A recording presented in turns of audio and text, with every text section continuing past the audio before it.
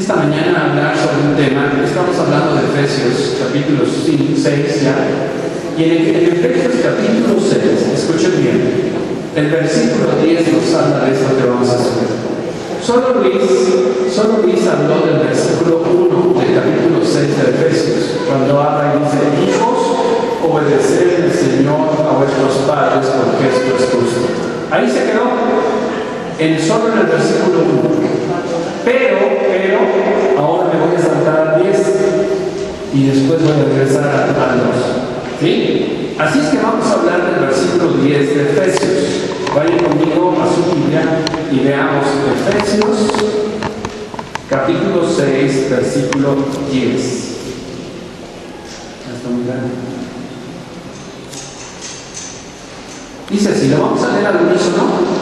¿Listos? 1, 2, 3. Por lo demás, hermanos míos, fortaleceos en el Señor y en el poder de su fuerza. Al estar escudriñando este pasaje y llevar, primero está hablando a los hermanos, no está hablando a los conversos, está hablando a los hermanos creyentes de Cristo Jesús, nacidos de nuevo. Hermanos míos, dice el apóstol Pablo, a la iglesia de Cristo, aquellos que habían nacido de nuevo. Y una de las cosas que me llama mucho la atención es fortaleceros en el Señor. Este capítulo, este libro de Efesios, varias veces habla en el Señor, con el Señor. Por ejemplo, dice a las mujeres que se sujeten a sus maridos como al Señor. Y descubrí varias veces, al menos para mí descubrí, porque ya estaba ahí, descubrí varias veces cómo utiliza en varios pasajes en el Señor, con el Señor, para el Señor. Por lo demás, hermanos míos, ¿habla quién? A creyentes. Pablo, el apóstol Pablo, hablando a los creyentes de Cristo Jesús. Y lo que nos toca estudiar entonces, ¿qué significa la fortaleza? ¿Cómo es que Dios nos fortalece o nos fortalecemos en el Señor y en el poder de su fuerza? Eso es lo que vamos a hablar esta mañana. Así es que hablaremos de la fortaleza del Señor. Y con la guía del Señor, yo ruego que el Señor nos guíe para que tú y yo podamos atender plenamente en todo sentido, espiritualmente, para poder comprender lo que Dios quiere decirnos. ¿Sí quieres orar conmigo? ¿Sí? Padre eterno, queremos rogarte que en el nombre de Jesús, tu palabra que es viva y eficaz, podamos atenderla y a nuestro Maestro, tu Santo Espíritu, comprender lo que en ella nos dice, Señor. Te bendecimos, te damos gracias. Te rogamos que nuestro Maestro, tu Santo Espíritu, llene nuestra mente y nuestro corazón para comprender espiritualmente lo que tú nos dices en ella. En el nombre de Jesús. Amén. Así que entonces vamos a hablar sobre la fortaleza del Señor. Cuando hablamos de una fortaleza, regularmente solemos pensar en un lugar que está protegido, ¿no es así? En un lugar con muros, en un lugar con cuestiones blindadas, ¿no? Vemos casas aquí en algunos lugares, quizás más allá de México, quizás más en Monterrey, quizás más en otros lugares, donde decimos, esto no es una casa, es una fortaleza, ¿no? Muros altos, paredes altas. Yo me acuerdo cuando era niño, viví en el centro de la ciudad, y la ciudad, o el lugar donde yo viví, ahí en 5 de febrero, y República de El Salvador, el edificio donde yo vivía tenía unos muros de 80 centímetros de ancho. 80 centímetros de ancho. Para atravesar el muro era bien difícil y de pura piedra. Como hacen esas barras de piedra, pero de 80 centímetros y de pura piedra.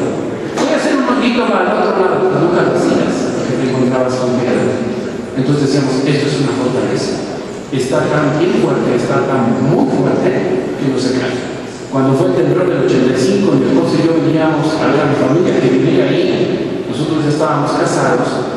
Nuestro gran angustia es, si es una casa vieja, ¿sí conocen dónde es 5 de febrero? Enfrente de la contraesquina de la farmacia País, enfrente de la pastelería Madrid, donde venden unas conchas bien ricas. Ahí, a las 5 de la tarde todos los días salen. Ahí. Bueno, resulta que la angustia que mi esposa y yo teníamos era pensar que si era una casa vieja y veníamos por 20 de noviembre y había edificios nuevos tirados, el hospital de Juárez derrumbado, el edificio de Fray Servando de las Costureras derrumbado, y dije, entonces se cayó la casa de mis hermanos. Se cayó la casa y veníamos desde Balbuena, así en Sonora, Mercado Sonora, más atrás, hasta el mero centro que vivíamos ahí. Y con una angustia, yo creo que caminé lo más rápido. Yo soy una persona que camina rápido. Cuando voy con alguien, camino rápido. Pues caminamos muy rápido. Y veníamos todo y era una angustia. Y dije, si se cayeran estos edificios, se caía la casa de mis hermanos. Y volteé, y ahí en Pino Suárez, y luego en El Salvador, y veo la casa arriba. Y eso es algo descanso. Hay casas que son fortalezas. Hay cosas que tienen fortaleza, que tienen firmeza, que no son endebles y no son fáciles de dar. El Hijo de Dios, que está adherido al Señor, unido a Él es nuestra fortaleza. Vamos a avanzar y de ahí vamos a... Nosotros cuando estamos en pruebas, cuando hemos pasado por tribulaciones, por circunstancias, nos sentimos tan débiles. Pensamos que no hay esperanza, nos sentimos tan mal porque pensamos que Dios nos ha abandonado, nos sentimos tristes, nos sentimos endebles, nos sentimos sin ganas de nada, con poco ánimo. Nos desaniman. Las circunstancias cuando nos desenfocan de Dios, nos desaniman.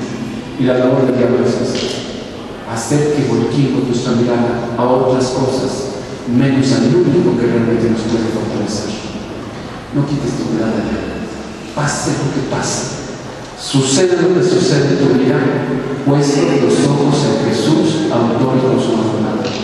No quites tu mirada jamás, porque si quitas tu mirada, puedes caer. Vas a caer.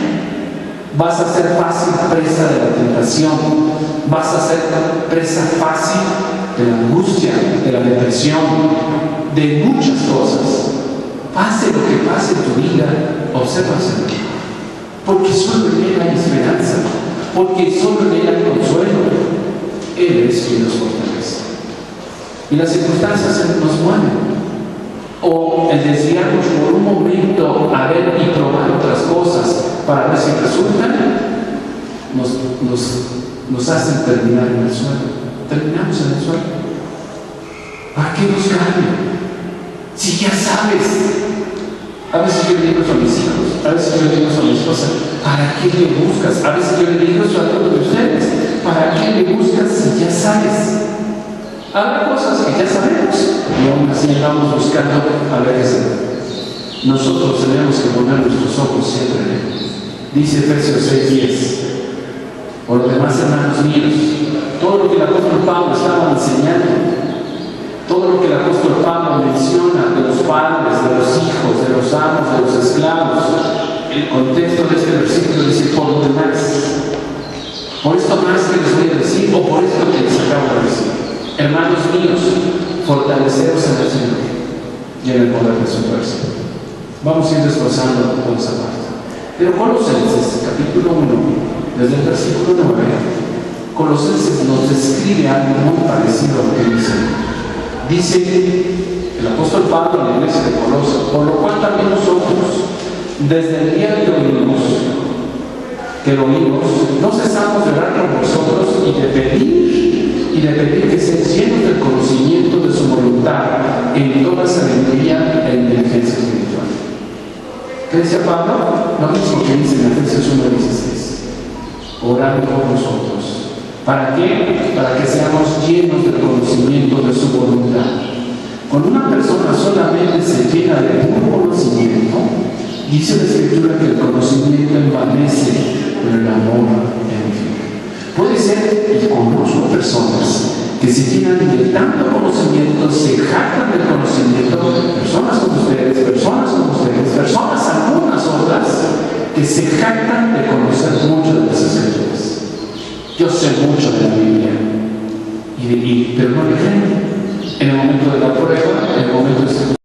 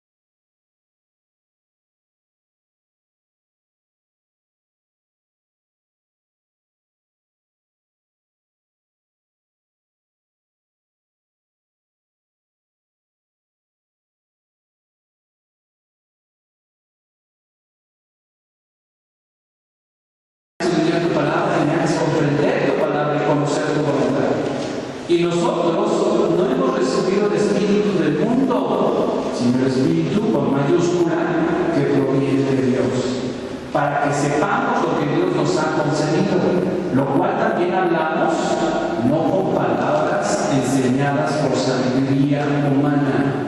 No podemos mezclar las cosas de Dios con el Espíritu. El otro día una hermana me decía, una persona me decía, o una hermana me decía, que daba cursos, dice que daba cursos. Y dice, y tenía un dicho, y no se lo puede decir porque se les va a grabar, a mí se me grabó, pero no se lo puede decir. Un dicho humano,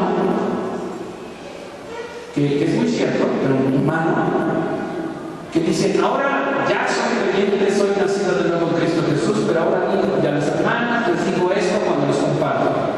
Yo me quedé pensando, cuando nosotros sacamos aquí frases que no son de la Biblia, se nos quedan más grabadas que la Biblia. Y esas las guardamos, y como dice el pastor, ya no es como dice. Por eso no se lo puede decir.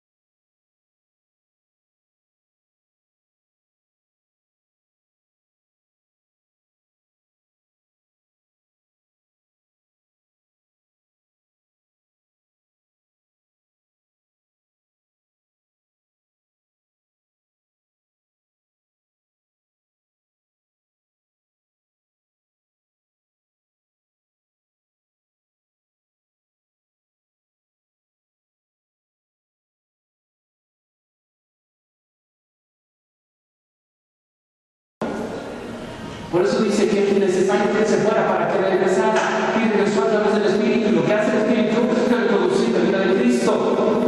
Así es que no solo tengo la mente de Cristo, tengo el corazón de Cristo, tengo la vida de Cristo completamente en mí. Y eso debe de ser una fortaleza maravillosa. Eso debe de llevarme a pensar realmente en lo que dice aquí. Por lo cual también nosotros desde el día que oímos no cesamos de orar